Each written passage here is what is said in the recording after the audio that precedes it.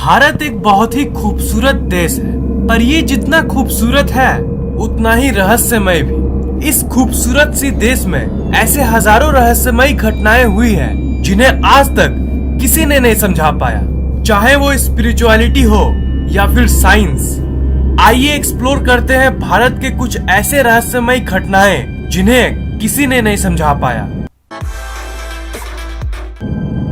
Number 1, red rain of Kerala.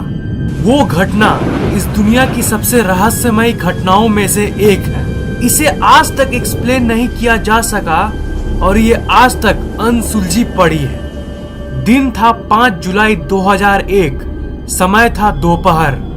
लोग उस सुहाने दिन का मजा ले रहे थे, पर अचानक से बिजली कड़कना शुरू हो गई और एक ऐसी चीज शुरू हुई जिससे वहां के लोग आश्चर्यचकित हो गए, और वो थी बारिश। आप सोच रहे होंगे कि इसमें क्या खास बात है, पर वो कोई आम बारिश नहीं था, वो खून की बारिश थी। पर ये सब वहां के लोगों का मानना था।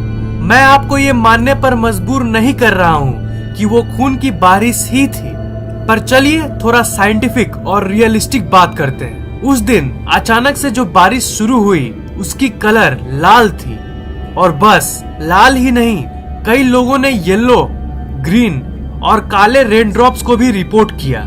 पहले पहले तो साइंटिस्ट को लगा कि ये कोई खास घटना नहीं है, ये बस कुछ डस्ट यानी धूल के टुकड़े हैं जो पॉल्यूशन के चलते या फिर किसी मीटियोर यानी उल्का के चलते बारिश में मिल गई थी। साइंटिस्ट फिर उस रेन के सैंपल को एक लैब में ले गए और उन्होंने इलेक्ट्रॉन माइक्रोस्कोप के नीचे उसे स्टडी किया, और उन्होंने पाया कि ये किसी मीटियोर की पार्टिकल नहीं, बल्कि ये ऐसी पार्टिकल्स है जो जिंदा थी। जी हाँ, आपने सही सुना, वो जीवित पार्टिकल्स थी जिनके अंदर लाइफ था। साइंटिस्ट्स को वो रेड ब्लड सेल्स यानी आरसीबी जैसी लग रही थी, जिससे इंसानी खून बना है। ये सेल जैसी दिख रही थी। वो साइंटिस्ट कैसे पता करते कि ये सच में जिंदा है कि नहीं? इसका एक ही तरीका था, और वो है इसकी डीएनए की स्ट्रक्चर को देखना।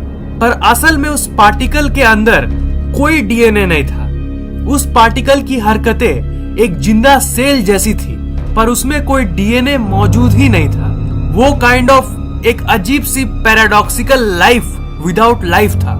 पर कई साइंटिस्ट्स ये डिबेट में थे कि इसकी रिसर्च इंटरनेशनल लेवल में होनी चाहिए, और क्योंकि अगर और भी एडवांस डिवाइसेस से हम इसकी जांच करें तो हमें ये पता चल सके कि इसकी सच्चाई क्या है। ये इतनी मिस्टीरियस ड्रॉप्स थी कि साइंटिस्ट्स ने 10 साल तक इस रेन ड्रॉप को लैब में रखा।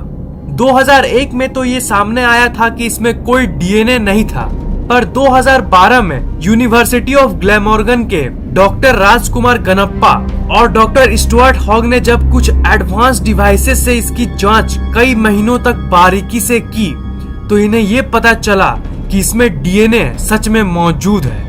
बहुत सारे पब्लिक रिपोर्ट्स में ये कहा गया कि ये कोई एलियन इन्वेजन है। एलियंस धरती पे लाइफ को भेज रहे हैं यहाँ पे पनपने के लिए। मैं जानता हूँ कि आप लोगों में से कुछ लोगों को इस बात पर यकीन नहीं होगा। अब आप ही सोचिए कि एक ऐसी अननोन पार्टिकल जिसे दुनिया की किसी और जगह पर नहीं पाया गया, वो आखिर केरला में कहां से आई? इसकी कोई एक्सप्लेनेशन मौजूद नहीं है। ऐसी चीजें तो हमारी नोन धरती के किसी और जगह पर तो कभी नहीं पाई गई। इसी सारे कंफ्यूजिंग फैक्ट्स के चलते आज तक पाए हैं कि उस समय आखिर ये लाल कलर की बारिश कैसे हुई थी। Number 2, sonic boom of Jodhpur. ये दिसंबर 2012 की वो घटना है जिसने सबको चौंका के रख दिया। दिन था 18 दिसंबर 2012, समय था सुबह के 11:25। जोधपुर के लोगों को एक तेज डेफनिंग आवाज सुनाई दी।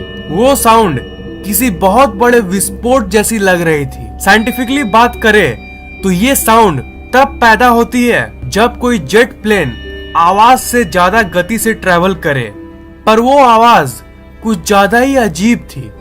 उस आवाज ने पूरे जोधपुर के लोगों को डरा दिया, और इसलिए वहां के लोग मायन कैलेंडर के भविष्यवाणियों को याद करने लगे, जिसमें लिखा था कि 31 दिसंबर 2012 को दुनिया खत्म हो जाएगी। उस घटना के 1-2 दिन बाद कई लोगों को ये लगा कि इसमें कोई खास बात नहीं है।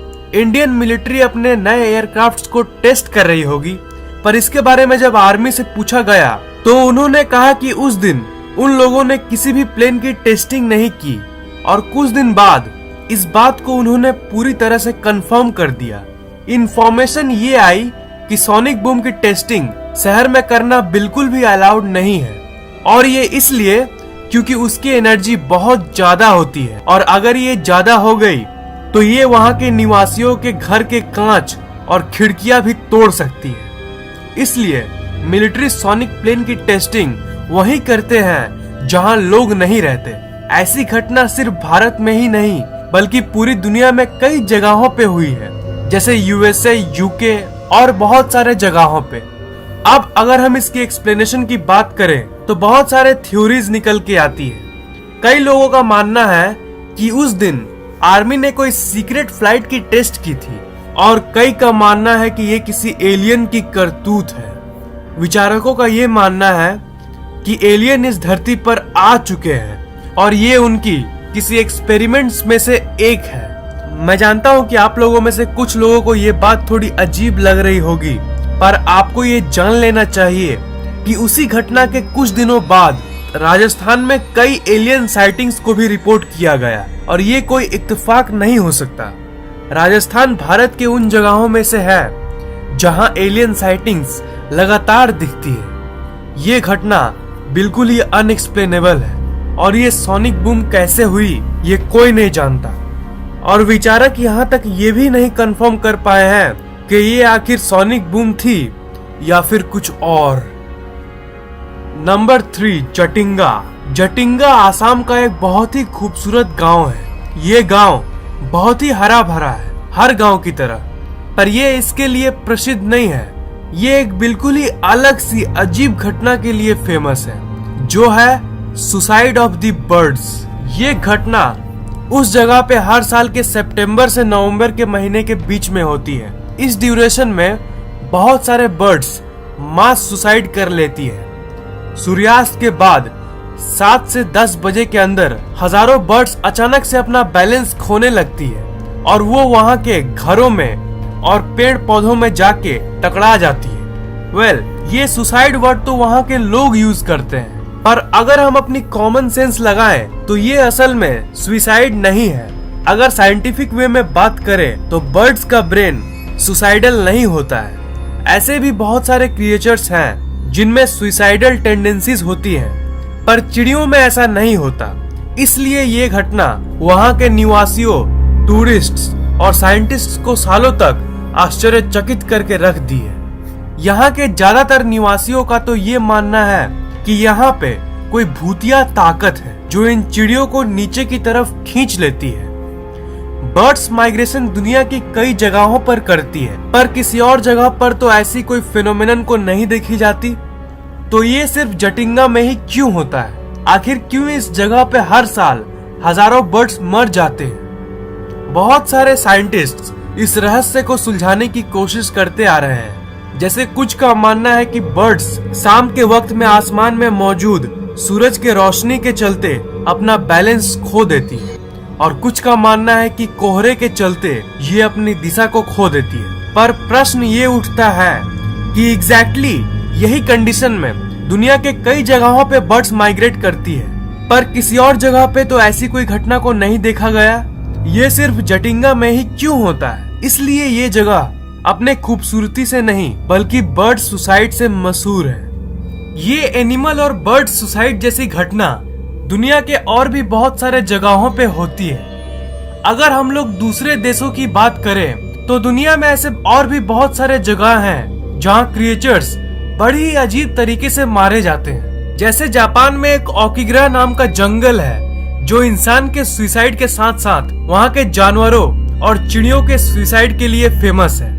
ये दुनिया की इकलौती ऐसी जगह है जहाँ 100 से भी ज्यादा लोग हर साल सुसाइड कर लेते हैं, और रिसर्चर्स जब उस जंगल में जाते हैं तो उन्हें बहुत सारे मरे हुए जानवर और बर्ड्स मिलती है। वहाँ के निवासियों का ये मानना है कि उस जंगल में प्रेतों का साया है। स्कॉटलैंड में भी एक ऐसे ही बहुत फेमस ब्रिज है जहाँ डॉग्स सुसाइड कर लेते हैं, अजीब बात यह है कि डॉग्स उस ब्रिज के एक ही जगह पर से सुसाइड करते हैं। दुनिया में तो लाखों करोड़ों ब्रिज है, बाकी पुलों पर तो ऐसा कुछ नहीं देखा जाता, पर इसी ब्रिज पर ही ऐसा क्यों?